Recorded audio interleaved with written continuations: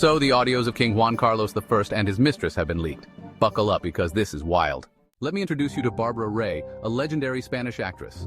Back in 1980, she married Angel Cristo, a famous circus tamer, and together they toured all over Spain. Some of their shows were even aired on Spanish television. But here's the twist. Before that marriage, Bárbara was already having an affair with the King of Spain, Juan Carlos I. Can you believe it? These two were lovers for 20 years. And let me tell you, a lot went down in that time. Now, fast forward to 1994. Things between Bárbara and Juan Carlos weren't going so smoothly. To cover their tracks one day, Bárbara told her 13-year-old son, "You're not going to school today. I need you to take some photos because a very bad man is coming." The week before, they had been rehearsing everything so that nothing went wrong. So the boy grabs the camera and goes to the designated spot. After a little while, Juan Carlos shows up and the kid starts snapping photos from a distance. These photos show his mom being all affectionate with the king. Not long after, someone in Bárbara's circle threatened to release those photos unless the royal family paid $100,000. And just like that, the issue was supposedly over. But guess what? This was just the beginning. 3 years later, the blackmail came back in full force. This time, it wasn't just photos. No.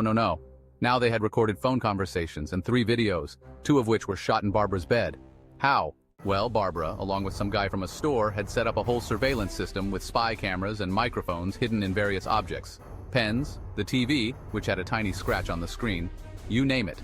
To keep these recordings from going public, the Spanish National Intelligence Center, CNI, stepped in.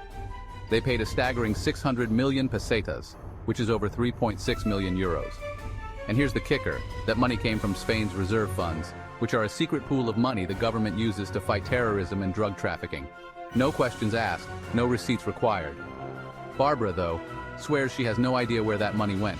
Maybe it's just lost? But the truth is, the videos, audios, and photos were handed over to the head of security to be destroyed. Only then did the money exchange hands.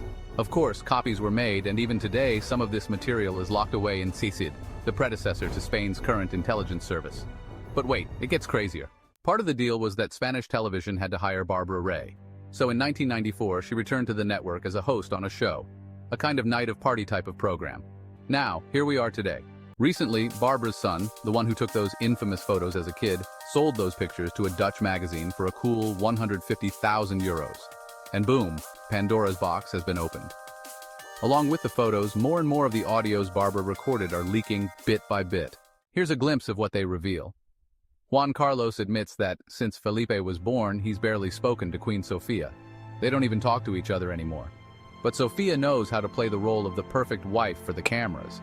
Meanwhile, she's angry and holed up in her room, not wanting to see him. In another audio, Juan Carlos complains that the head of the royal household wasn't defending him in meetings where he wasn't present. He compares him to Alfonso Armada, the former head of the household, who you might recognize as one of the key figures behind the failed 23F coup attempt. Juan Carlos praises Armada, saying he's kept quiet since getting out of prison. And of course, with all the rumors about the king's possible involvement in the coup, people are getting anxious. Some political groups are demanding that all files related to the 23F be declassified. It's time, they say.